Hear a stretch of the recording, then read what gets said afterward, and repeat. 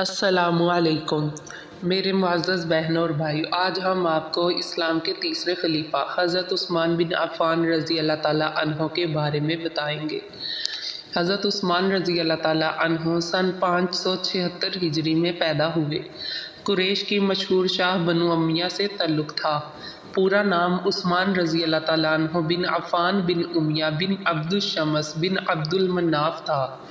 والد کا نام عفان اور والدہ کا نام عروہ تھا۔ نجیب الطرفین قریشی تھے۔ زمانہ جاہلیت میں لکھنا سیکھ لیا۔ اسلام کے ابتدائی دور میں حضرت ابو بکر صدیق رضی اللہ تعالیٰ عنہ کے ہاتھ پر اسلام قبول کیا۔ جوانی میں تجارت کا پیشہ اختیار کیا اور خوشحال ہو گئے۔ سخاوت کی وجہ سے غنی کے لقب سے مشہور تھے۔ اسلام قبول کرنے والے چوتھے مرد تھے۔ پہلا نکاح آن حضور صلی اللہ علیہ وآلہ وسلم کی بیٹی رقیہ سے ہوا۔ جب کفار مکہ کا ظلم زیادہ ہو گیا تو ہجرت کر کے حبشہ چلے گئے۔ بعد ازاں مدینے کی جانب ہجرت کی۔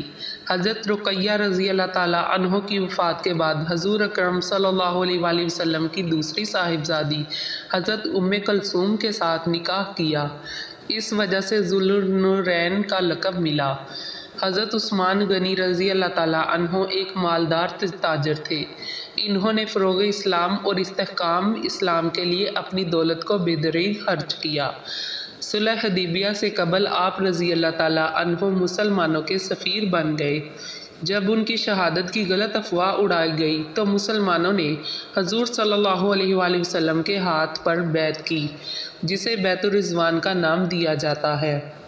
حضرت عثمان رضی اللہ تعالیٰ عنہ دور رسالت میں کاتب وحی رہے۔ بعد ازاں پہلے دو خلفائے راشدین حضرت ابو بکر صدیق رضی اللہ تعالیٰ عنہ اور حضرت عمر رضی اللہ تعالیٰ عنہ کے دور میں ان کے مشیر رہے۔ تاہم 644 ہجری میں حضرت عمر رضی اللہ تعالیٰ عنہ کے بعد 6 افراد پر مشتمل مجلس شورا نے آپ رضی اللہ تعالیٰ عنہ کو خلیفہ منتخب کیا۔ آپ رضی اللہ تعالیٰ عنہ کے 12 سالہ دور خلافت میں اسلامی مملکت کی سرحدیں چاروں طرف پھیل گئیں۔ دور عثمانی کے نامور سالاروں میں حضرت عبداللہ بن عامر، عبداللہ بن سعد، حضرت معاویہ رضی اللہ تعالیٰ عنہ، سعد بن العاص اور ولید بن عتبہ رضی اللہ تعالیٰ عنہ شامل تھے۔ اس دور میں جو علاقے فتح کیے گئے ان میں قبرص اور روڈس کے جزائر نمایاں تھے۔ علاوہ ازیں مسلم افواج نے سندھ، ایشیا کوچک اور مصر میں کئی فتوحات حاصل کیں۔ حضرت عمرو بن العاص نے مصر میں رومیوں کو شکست دی۔ عبداللہ رضی اللہ تعالیٰ عنہ بن سعد نے مراکش، تیونس اور الجزائر میں فتوحات حاصل کیں۔ سعد بن العاص رضی اللہ تعالیٰ عنہ نے خراسان اور جرجان، جبکہ عبداللہ بن عامر نے کابل، سوات، منیشا پور اور سجستان پر اسلامی قبضے کو مستحکم کیا۔ دور عثمانی میں حاصل کردہ فوجی کامیابیوں کا ایک خاص پہلو یہ تھا کہ حضرت امیر معاویہ کی سرکردگی میں اسلامی بحری بیڑے نے بحیرہ روم میں کئی کامیابیاں حاصل کیں۔ حضرت عثمان غنی رضی اللہ تعالیٰ عنہ نے 29 ہجری میں مسجد نبوی میں توسیع کروائی، جس سے اس کا طول 160 گز اور عرض 150 گز ہو گیا۔ حضرت عثمان غنی رضی اللہ تعالیٰ عنہ نے عالم اسلام کو ایک مصحف اور ایک قرائت پر جمع کیا۔ اس مقصد کے لیے ام المومنین حضرت حفصہ رضی اللہ تعالیٰ عنہ کے پاس محفوظ مصحف کی 7 نقلیں کروائیں۔ ان کا ایک ایک نسخہ مدینہ منورہ، مکہ معظمہ، شام، یمن، بصرہ، کوفہ اور بحرین میں محفوظ کر دیا۔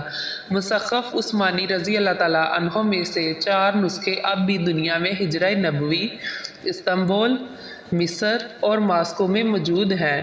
آپ رضی اللہ تعالیٰ عنہ کے عہد کے آخری حصہ میں اندرونی سازشوں کو فروغ حاصل ہوا۔ عبداللہ بن سبا نے بنی ہاشم اور بنی امیہ کے درمیان شکوک و شبہات پیدا کرنے میں اہم کردار ادا کیا۔ کوفہ، بصرہ اور مصر کے بے شمار سازشی 35 ہجری کے آخر میں حجاج کرام کے بیس میں مدینہ پہنچے۔ اور حضرت عثمان رضی اللہ تعالیٰ عنہ کے گھر کا محاصرہ کر لیا۔ 22 روز محاصرہ کرنے کے بعد 20 مئی 656 ہجری کو مکان میں داخل ہو کر خلیفہ کو شہید کر دیا۔ اس وقت آپ رضی اللہ تعالیٰ عنہ تلاوت قرآن مجید فرما رہے تھے۔ آپ رضی اللہ تعالیٰ عنہ کو قبرستان جنت البقیع کے مشرقی حصہ حشر کوکب میں دفن کیا گیا۔ آپ رضی اللہ تعالیٰ عنہ سے 146 احادیث مروی ہیں۔ حضرت عثمان رضی اللہ تعالیٰ عنہ کے عہد میں نافذ کی گئی اصلاحات اور انجام دی گئی دینی خدمات کے بارے میں ہم آپ کو ابھی بتاتے ہیں۔ مسجد نبوی میں توسیع کی گئی، اس کا رقبہ 150 × 160 رقبہ گز ہو گیا۔ قرآن پاک کی نقلیں کروا کر اہم شہروں میں محفوظ کرا دی گئیں، جس سے قوم ایک قرائت پر جمع ہو گئی۔ مسجد قباء کی تعمیر کے لیے مالی امداد فراہم کی گئی۔ ازہد زکوٰۃ نکالنے کے طریقہ کار کو رائج کیا۔ 20,000 درہم ادا کر کے مدینہ میں واقع کنواں بر روما خرید کر مسلمانوں کے لیے وقف کر دیا گیا۔ پہلا باقاعدہ اسلامی بحریہ بیڑا تیار کیا گیا، جس نے بحیرہ روم میں جزائر قبرص اور روڈس فتح کیے۔